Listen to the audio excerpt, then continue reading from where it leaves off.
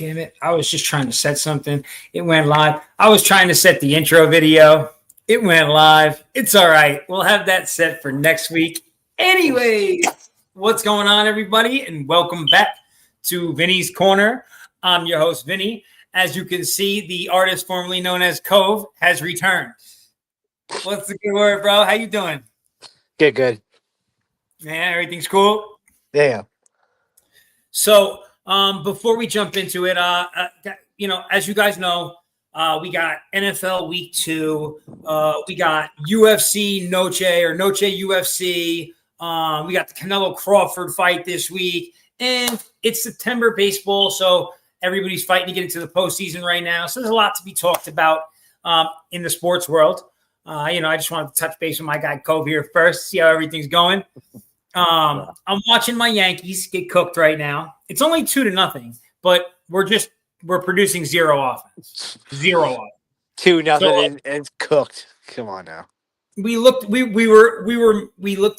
We won the Blue Jays series, and now the Tigers are just putting the work on us, giving us the business. So they're making it a lot harder to see that first place come to fruition. At this, I just want to see us finish with 90 wins at this point. Like, I thought we were going to be closer to 100. We're still at 80. Oh, okay. But, these things happen. So everybody, as I was saying, there's a lot going on this week. So to kind of jump right into it, for those of you folks that are fight fans, for those of you folks that are not, or used to be, and you're like, you know what, maybe I want to get back into it. I'm not too sure. Well, this is a great weekend. It's a great weekend for the sport of boxing. I know you sent over some questions, so we'll definitely touch on those. And the thing that I want to highlight about this, people are like, oh, well, Canelo, and people get kind of tired of the Canelo name. Some folks that don't know too much about boxing, they'll point to moments about how Crawford's a lot smaller of a fighter, allegedly. He's really not. But Crawford's chasing greatness, right? So it's a huge week. It's a huge week for fights. We got Canelo versus Crawford, and this is like it's way more of an evenly matched fight, I think, than people realize. I think that's the best way to say it, right? But both these guys are here for their legacy. It's a really solid fight card for the evening. So the fights before that, there's a couple of real good bangers on there.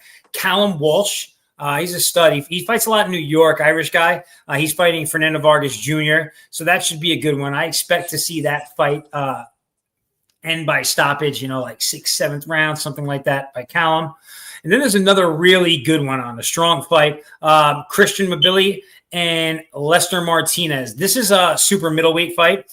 These are this is like interim champ from Canada, Christian, and then you've got big up-and-comer out of Terrence Crawford's camp, Lester Martinez.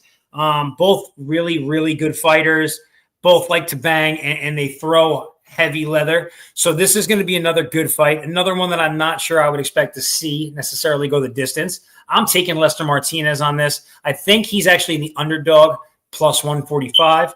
But I don't know, man. The last time I saw this guy fight, it was electric. It was crazy. So I'm going with him.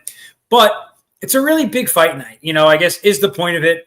The fight card itself. So I'm actually working that day in Allegiant. I want to say the fights kick off at 2 p.m. It's an early day. There are a lot of fights on the card. So that's just the main event. And then besides the main event, there's 1, 2, 3, 4, 5, 6, 7 or 6 more fights. And if you're going to be tuning in on the boxing side of things, guys, 2 fights that I would recommend checking out in the preliminaries, maybe the second or third fight of the day. Steve So-Called Nelson is fighting Raiko Santana. I think that'll be a good one. It's a light heavyweight bout. I'll be interested to see how that goes. The last time I saw Steve Nelson fight, I believe he was fighting at super middleweight. So he's moving up in weight for this. And then the other one that's going to be a really, I don't know necessarily an amazing fight, but Serhii Bohachuk, He's former champ. He's good. He's a really solid guy, and he likes to bang. That'll be the last card before the last fight before the main event. He's fighting Brandon Adams at middleweight, so that'll be an interesting one too. So you got some questions and you got some things you wanted to touch on for fight night. So let's get into it. Just 1 second. Absolutely. Take your time. I'm going to go share this on the socials. God damn. I'll share it to you afterwards, but something happened up here and you'll be like, oh, it's just rough to read, right? It's a rough read. Okay. But I'll send it to you later. Like, trust me, you'll have that kind of look about it. It's like, the header got me. Then I'm like, I read the article. I'm like, no. All right. So what we got? So Crawford is aiming to become the first male boxer to be undisputed champion in 3 weight classes. How significant is that if he does? Okay. I mean, this is an interesting question, right? So there are different mindsets, especially when it comes to boxing, because these guys really like kind of put themselves on the line, right? There are boxers dying this year. Actually, it's happened. So, with that being said, some guys are just in it for the money. Some guys are in it for the legacy. For like the sport of boxing, for his legacy, I think it's huge.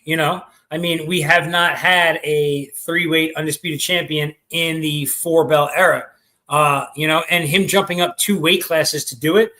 It'll be a very interesting thing, considering that he just moved up a weight class, a year ago. So this will be interesting. I'm excited for it. I don't get this excited. You probably noticed half my timeline has just been Canelo Crawford. That's all it is. So this will be interesting for you to answer because I want your take on it. Mike Tyson and others have raised concerns about Crawford's jump in weight and durability. So what's your take on that? It's ridiculous, actually. So, okay, Crawford walks around more at the size that we're seeing him at now. It's been documented, his coach saying it, him saying it. So he's really a bigger guy to begin with. He does a pretty serious cut or he had been doing a pretty serious cut. But this is just like this now mentality, I feel like, right?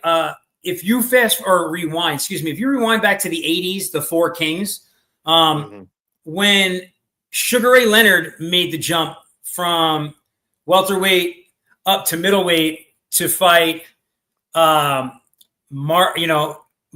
Marvin Hagler, it was almost the same exact thing weight-wise. So like it's been done before and he won. Okay? He won.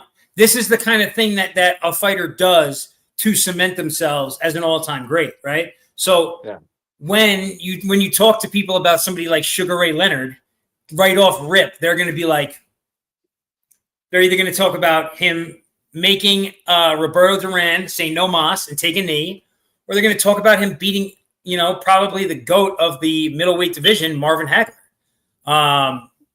So I think it's awesome. I think that, other people are kind of crazy. And I don't really think Tyson has too much room to talk right now because he just got in the ring at almost age 60 with a heart problem against Jake Paul and threw the fight. So, like, seriously, come on, Mike. Go smoke some weed. Do something better with your time. So there were rumors about a shoulder injury, but Crawford denied them. Does his dismissal change his storyline?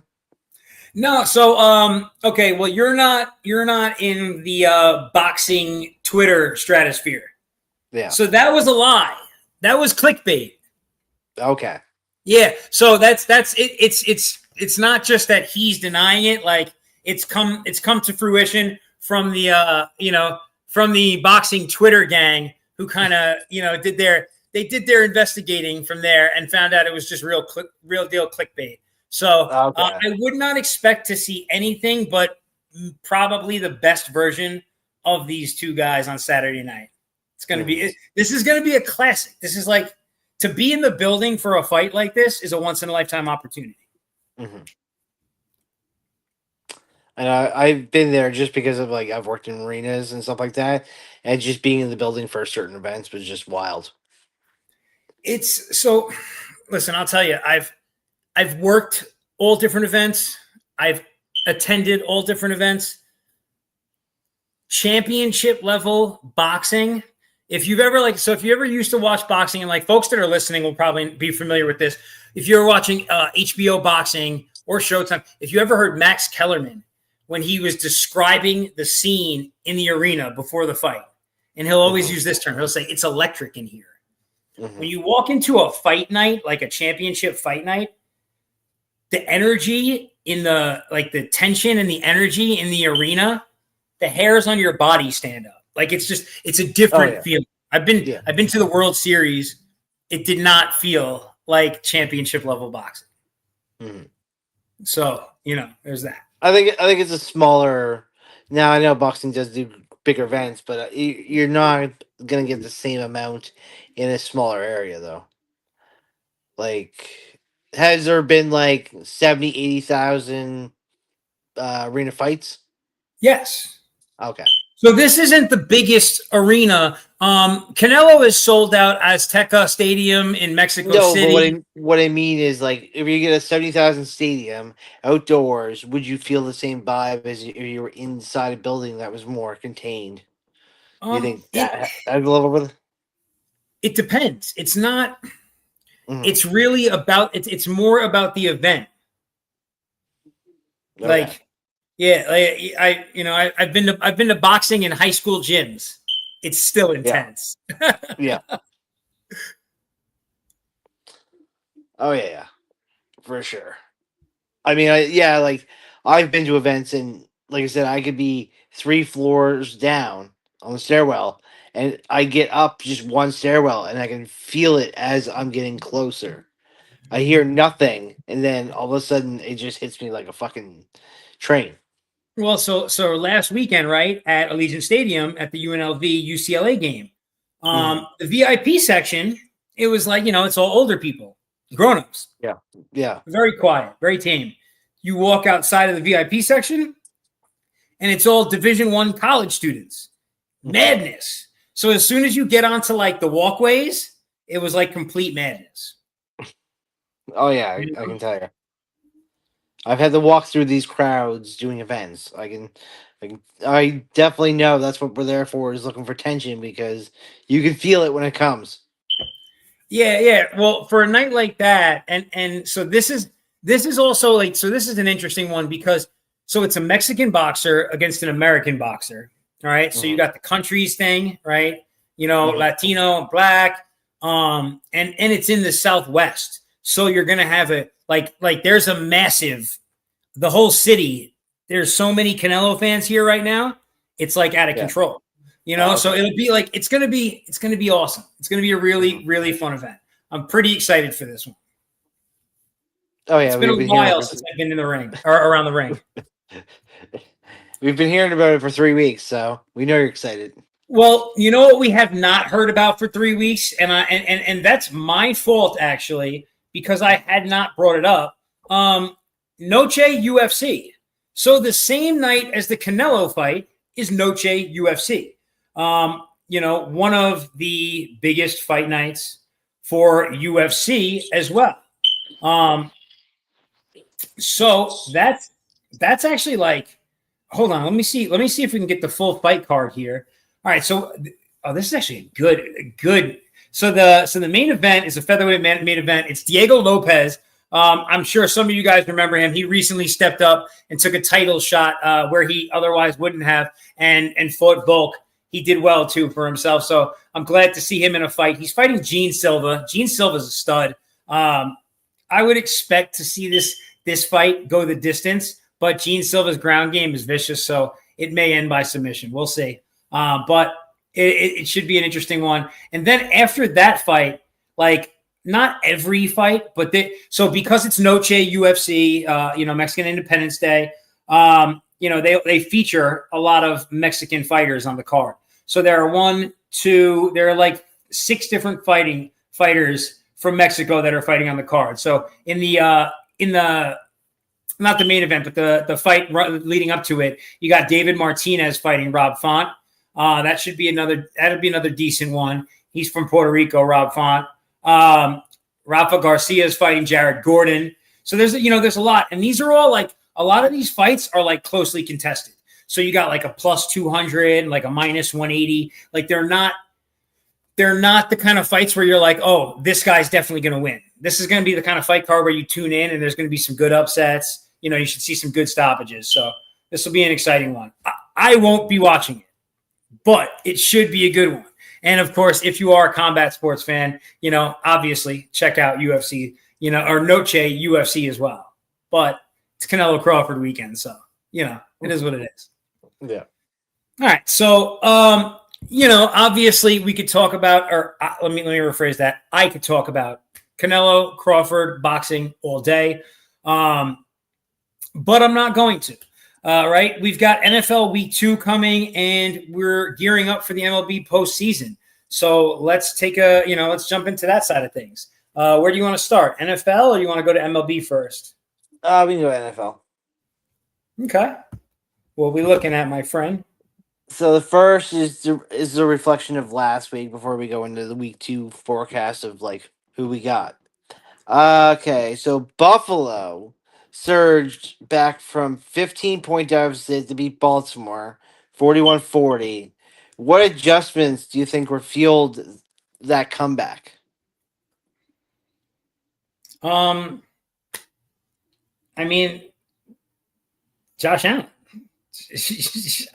Like Josh Allen. Okay, like if we right. So remember last season, no matter how good Lamar played, no matter how good Josh played, no matter how good Saquon played, I always reverted back to one statement, that Patrick Mahomes was still the best football player on planet Earth.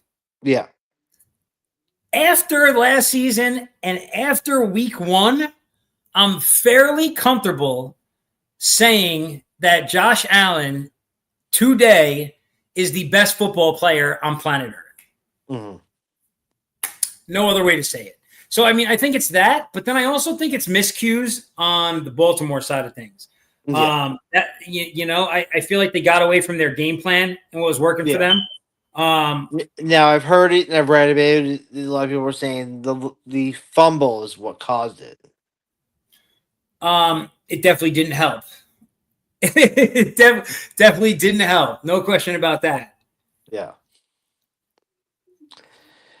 So, J.J. McCarthy threw 3 fourth-quarter touchdowns in his debut, becoming the first quarterback in NFL to do that in the fourth quarter in his debut, and earning NFC Offensive Player of the Week. What was working for him? Like, what do you think changed that?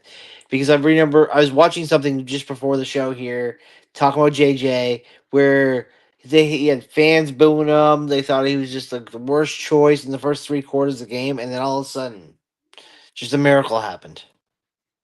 So it wasn't a miracle. This is exactly who this kid is. If you look at his record going back to high school, he's something like he's got like 160 wins and like 4 losses. He's a winner. That's who he is. That's who he was when he played for Michigan. He was not the best football player. He was a winner and a leader. He had intangibles. He kept himself composed in that game, even though he threw 48 yards in the first half, right? And because of the energy that he brings to that huddle, because of those intangibles and because of the poise that the kid was able to keep late in that game, the team responded to him. Those are things you can't teach.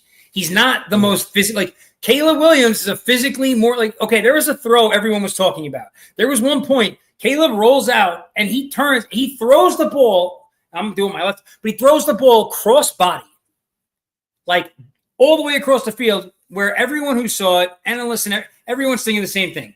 Maybe 6 people in the world could throw that football. Okay, like he is more physically talented. What won that game was poise, composure, and leadership, from J.J. McCarthy. Him having that after having that terrible first half instilled confidence in his guys. Yeah. You can't teach that to a rookie. No, you cannot. Like I was arguing with a Bears fan. I was like, I don't know what game you guys are watching, but JJ McCarthy played a better game. He did it when it counted. Okay, there's no other way to say it. He did it when it mattered. There was a reporter that I saw another video because I was watching NFL most of the day, but like a reporter saying that now this could be, I don't think it's full verbatim, but it's kind of like momentum, I guess, in the way it gets said. But they said like Summers in the third, he just kind of walked. I guess they interviewed him, but he's like, I just walked up to everybody and was just like, "Isn't this the best day ever?" Like that is like Joe Cool kind of going in the huddle. Like the kid was not phased.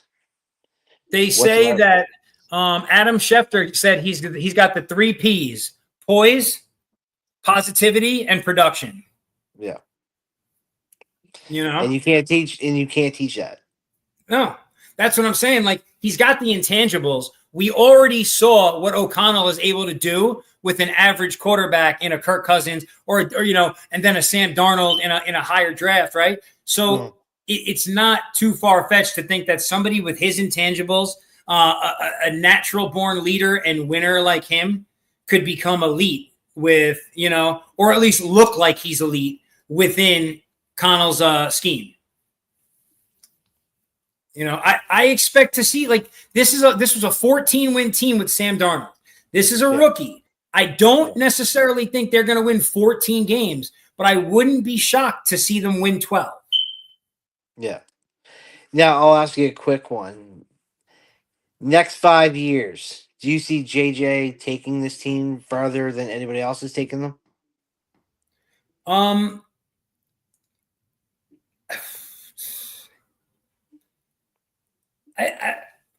I don't know. You know what? Like, because this team has not won a Super Bowl, like, I try and not like harp on that part of their history necessarily. Yeah. Do I think that this young man has the caliber to be a Super Bowl quarterback? Absolutely. Mm-hmm. So, like, I don't know, maybe not. That even, like, do I think he's good enough, especially with arguably the best receiver in the game, right? Addison comes back in week 4. Addison is one of the best second receivers in the game, and he's got a top 5 defense. So, I have no reason to believe that he can't.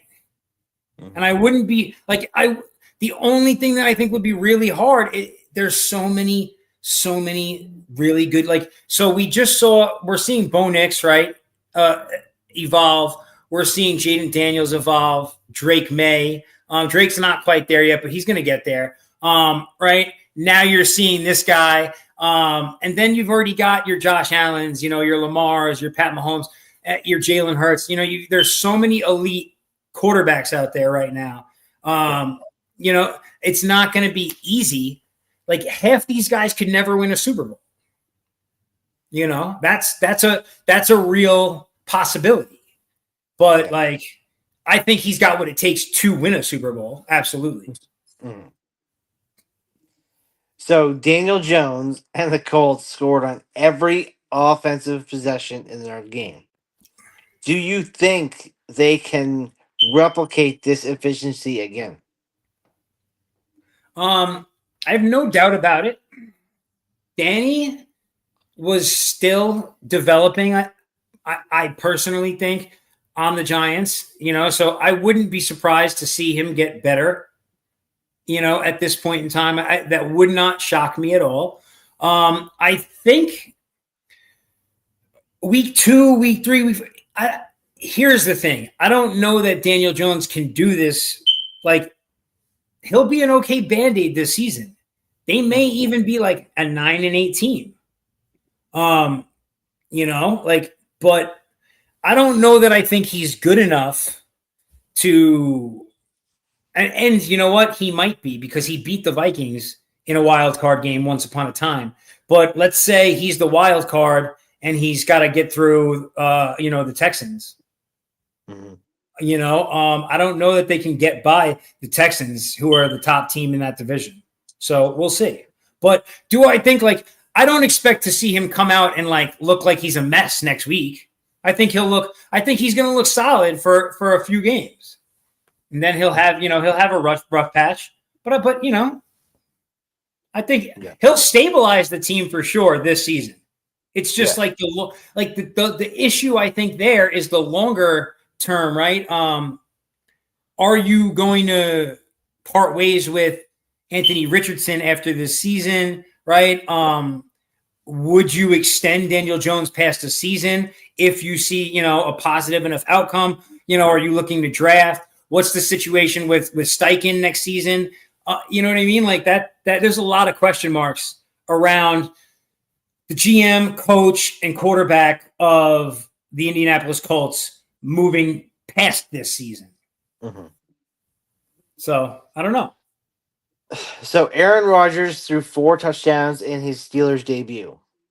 What does this mean for Pittsburgh's offense?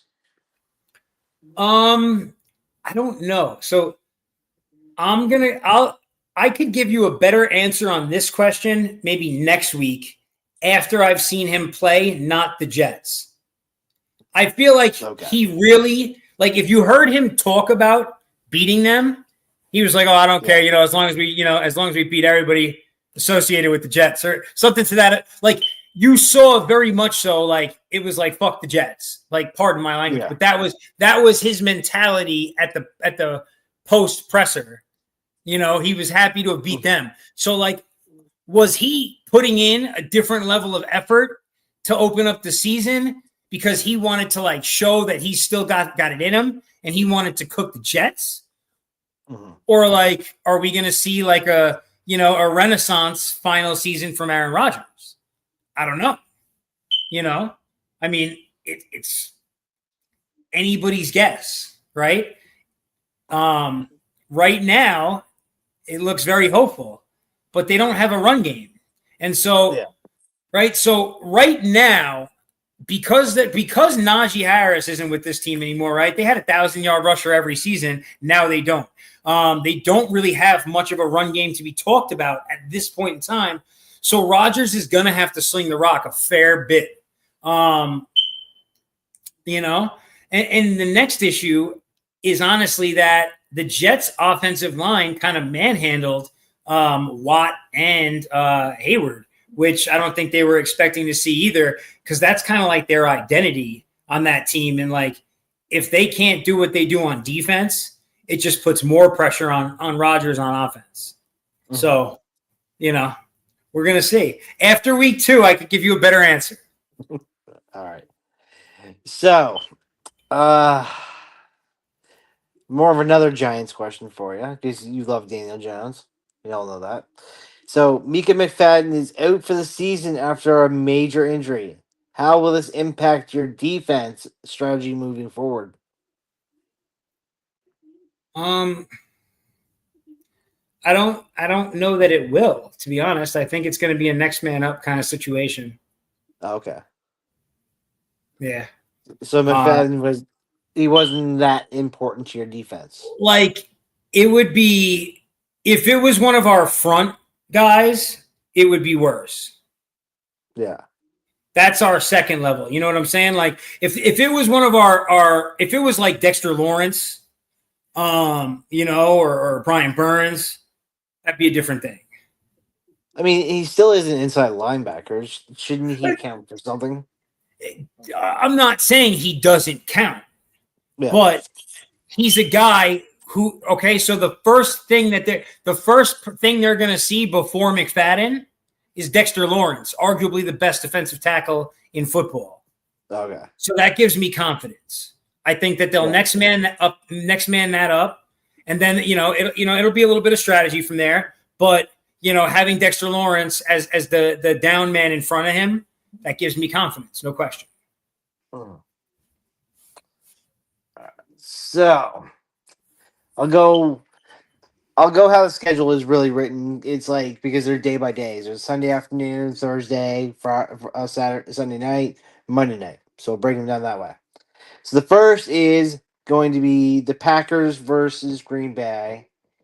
I have them covering their minus 3.5. The Packers. Packers. The Packers. The Packers looked like a Super Bowl team in Week 1. Yeah. Now I don't know. Okay, they only played. Micah Parsons played something like 45% of the snaps, and he had such an impact on that defense. I don't like. Packers and the Packers are going to cover. But yeah, with the Packers playing the Commanders. That's who they're playing. And Green you know Bay what? covered. I think it's also good. Mika has, and it's not like obviously there's a small sample size, but Mika is one of the only people in the league who's been on the field against Jaden Daniels twice. Mm-hmm. And so I think that that's good. Have him and to have one of the most elite pass rushers against, a young elite quarterback, it's exactly what you need. So, I like this. I think that overall, the Green Bay Packers had a top 5 offense for a lot of, they were like a top 5, top 10 offense and defense all season last season. Yeah. They got better, not worse. They added Golden. They added Parsons. They've added the right pieces. I wouldn't be surprised to see them in the Super Bowl this year. But, yeah, I got them, and I'm taking them to cover. I'm actually going to bet that game, too, because Commanders. Yeah, I don't know. I don't know about the Commanders yet. I've got to give them, like, a couple days or whatever. Like, a couple games to really assess if this is the same Commanders from last year or is it different Commanders this year. Should be better. Yeah. So why do I have this, but I don't see them? Oh, okay. That's what it is. So we got Ravens versus Browns. And I have the Ravens to cover the 12.5 cover. So I don't expect the Ravens to slow down. They got beat out at the last second by field goal, and I think the Ravens will bounce back. And unfortunately, he ran 167 last week. So, Derrick Henry's going to probably run some more, and I think the Ravens are going to run right over the Browns. I would take the Ravens, but I would take the Ravens on the money line. I do think the Ravens are going to win, but I'm just not sure after what I saw last week how much I trust them on a 12.5 point spread, especially when the Browns, the Browns offense was putting up some numbers this week. So I don't know. I'd take the money line. I wouldn't take the I wouldn't go 12.5 though. So you think it's a stretch for me going 12.5 on the Ravens? I think so. Yeah. But you know what? I have a hard time trusting them because week 1 was like I don't know, man. Week 1 just took the wind out of their sails for me. Yeah. I don't know if you've seen the chat where I was freaking out about it because it was like hold. Yeah, I had that game within 3. That was my bet on it. Dude, I don't. I think drama was a little. He's like, you had that game within 3, so you didn't think that we could cover. And I'm like, no, I had that game within a field goal. I didn't think it was gonna be a 1-point win, but I had that game predicted within a field goal. Yeah, it was a good game. I won $2 off that one just for doing that prediction. There you go. Go.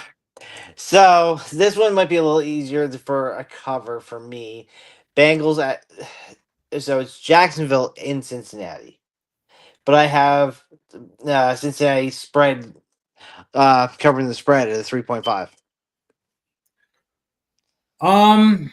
So Cincinnati's defense still looks like shit. The Jaguars' offense did look good last week. I think because Cincinnati's at home, I think they'll cover.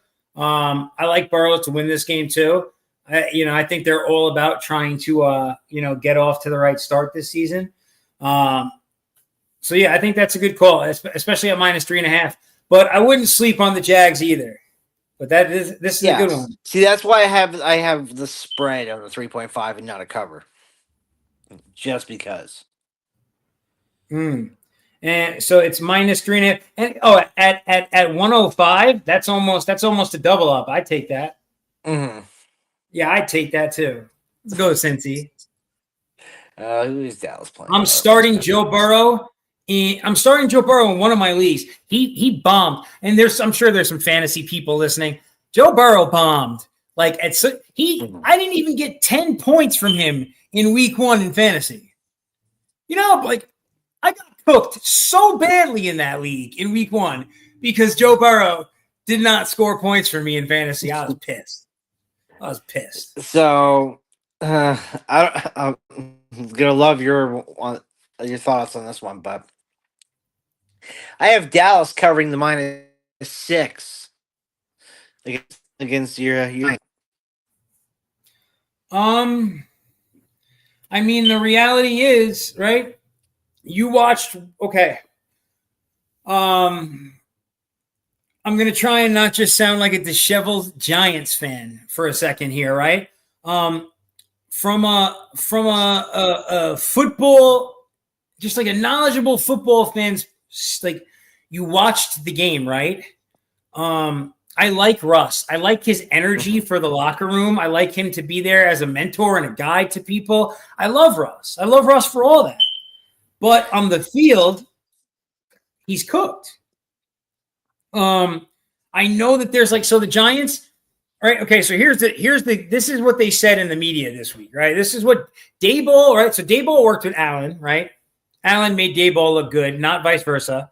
And Kafka worked with Pat Mahomes. So what they've done is they've created like a milestone. This is like they have this in the facility. Basically, Dart has to hit certain milestones before they make that call.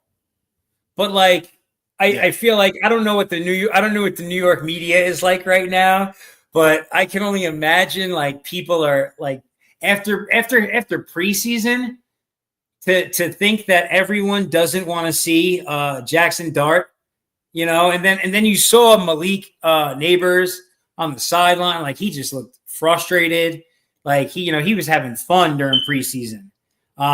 It's like they know, like we know that it's time to give this kid the keys to the car, but they're trying to do it how they're trying to do it, whatever. Hopefully it'll be before week 4, week 5. Like I think it should be like ASAP, but we'll see.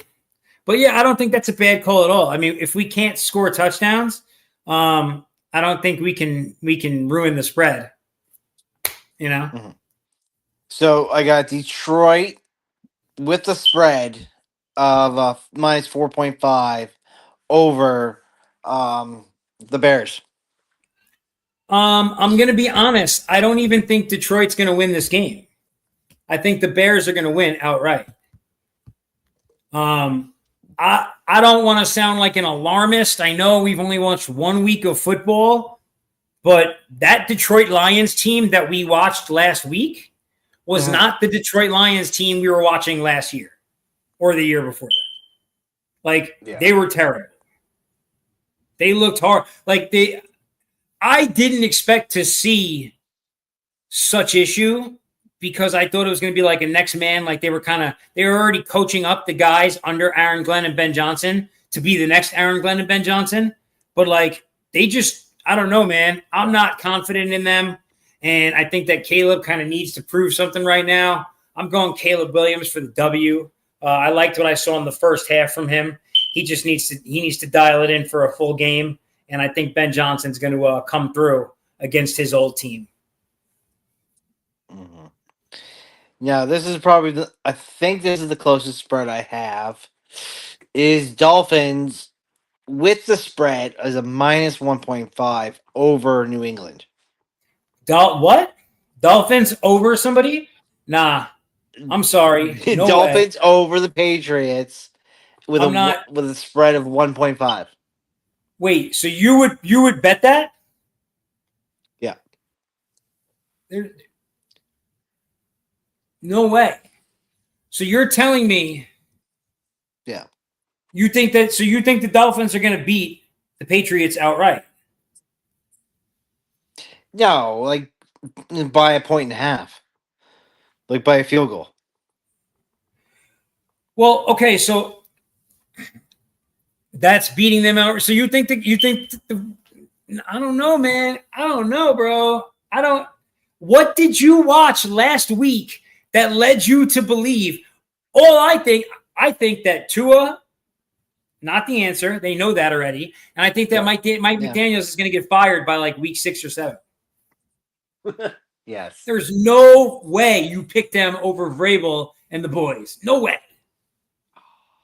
I mean, people thought I was edgy last week when I had Tampa with the 1.5 spread over Atlanta, and they won by 3. Yeah, but that's Tampa should win that though.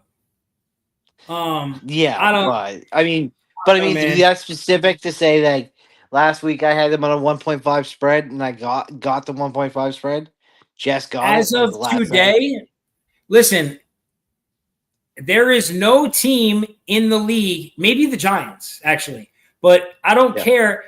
If Miami was against any other team in the league this week, I would pick the other team too. Mm-hmm. I would take the Browns over them. I would probably take the Titans over them.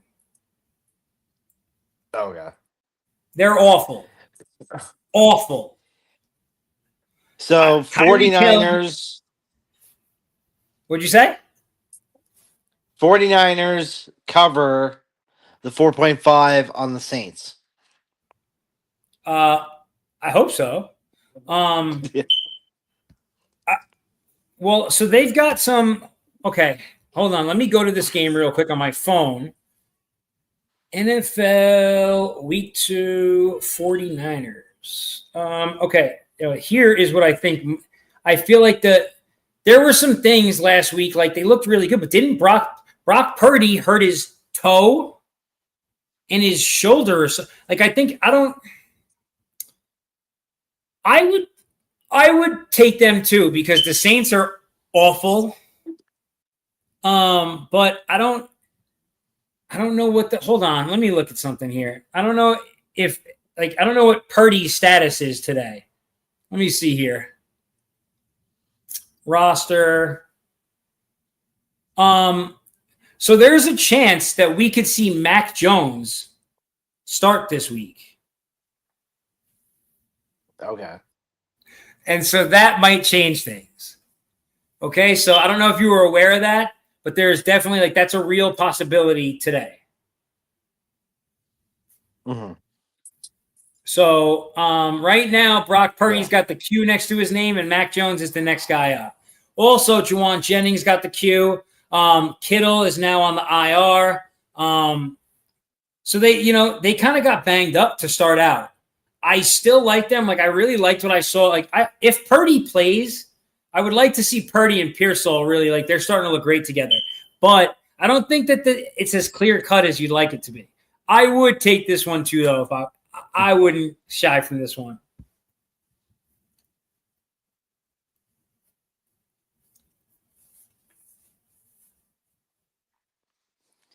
What are you looking at?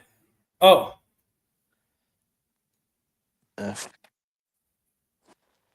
All right.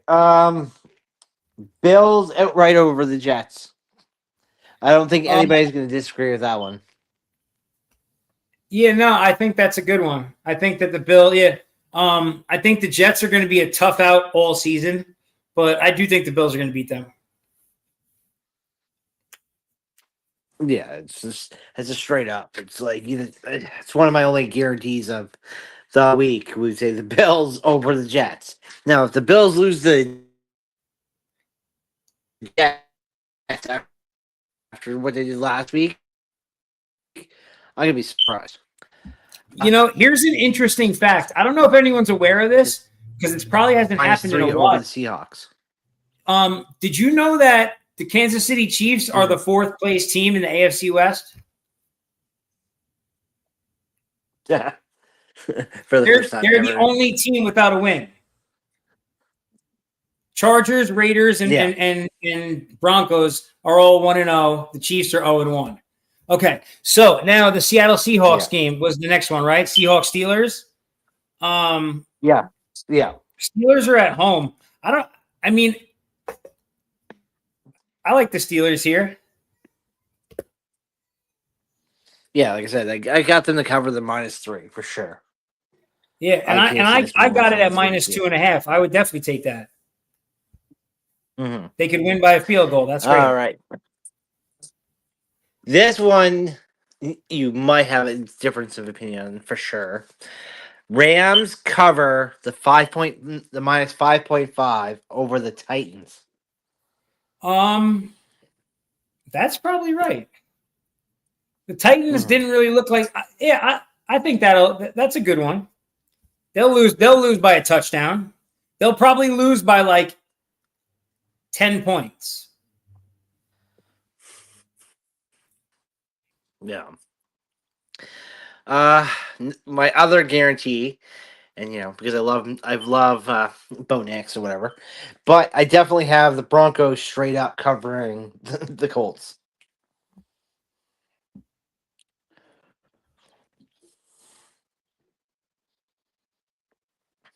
You know, I agree with you. That should be the obvious one.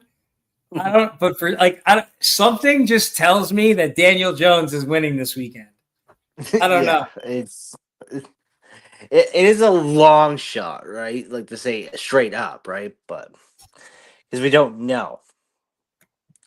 Now the Eagles.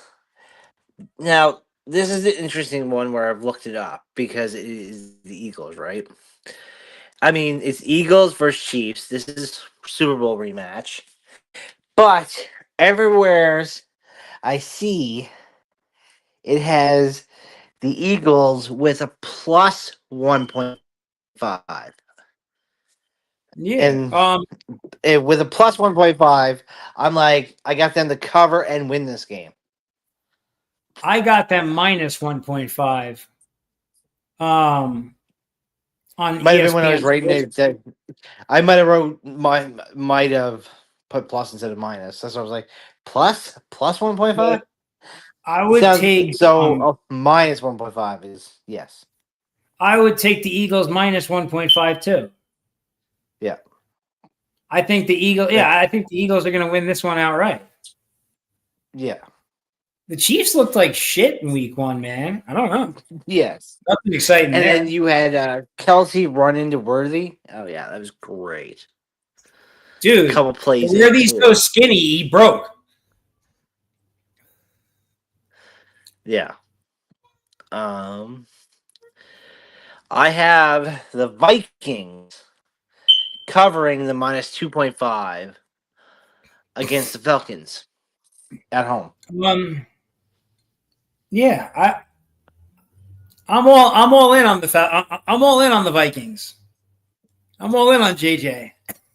I'm with that. And interesting one for Sunday night. I have Chargers, but I don't see them. Oh, it says Chargers Sunday and the night, but now it Raiders. says Monday night. Yeah, it says it threw me off because it says it's Monday night, not It's Sunday night. it's Monday night. It's Monday night. Yeah, it Okay, is. Yeah, I'm okay, working. I'm working at that game. okay. So I have Chargers winning by covering, I think, a 1.5 over the Raiders.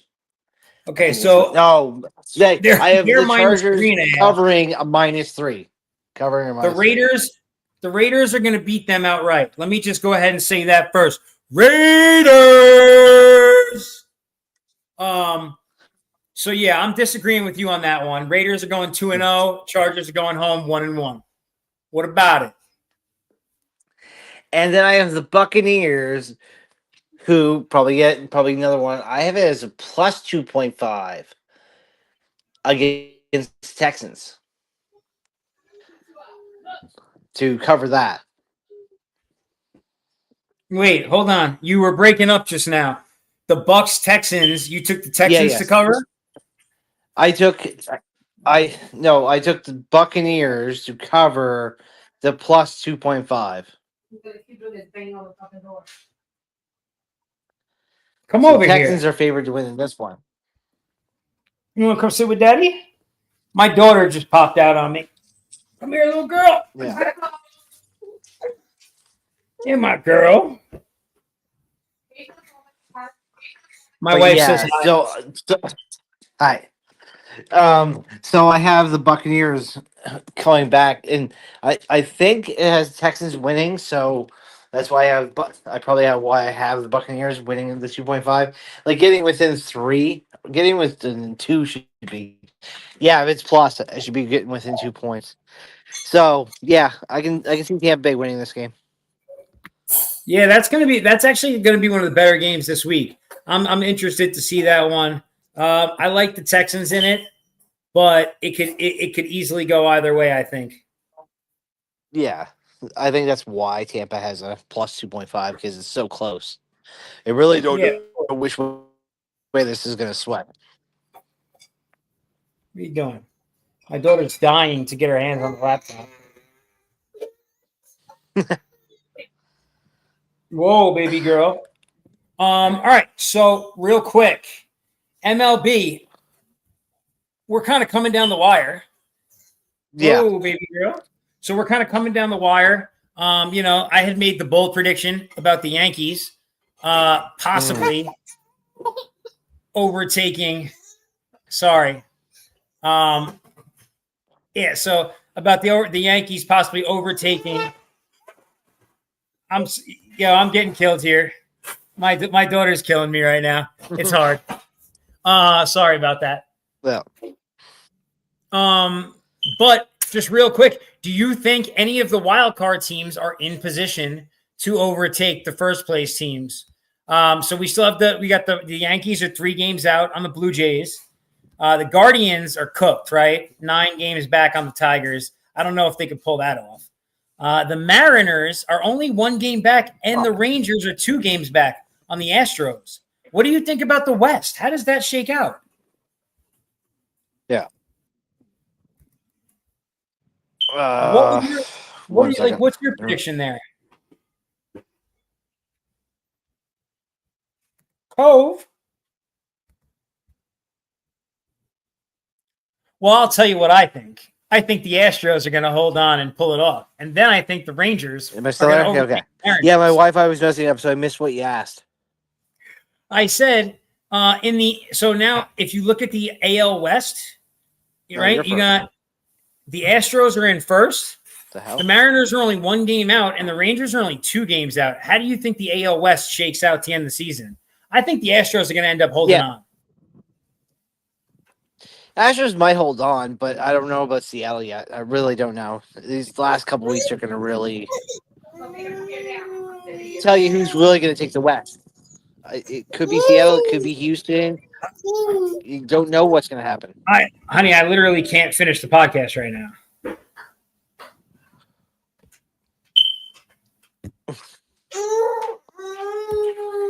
All right, listen, we got to cut this short. My daughter's giving me crazy energy right now. She's upset and cranky, and she wants her daddy. I love you guys. Hopefully everybody has enjoyed us and the show this evening. We will be back tomorrow night on 6th Street Studio Cove Show, and that is where we will really be talking about Major League Baseball because we didn't get to cover any tonight. All right, rock and roll. Guys, you have a wonderful evening. Everybody stay safe. One love. Boom.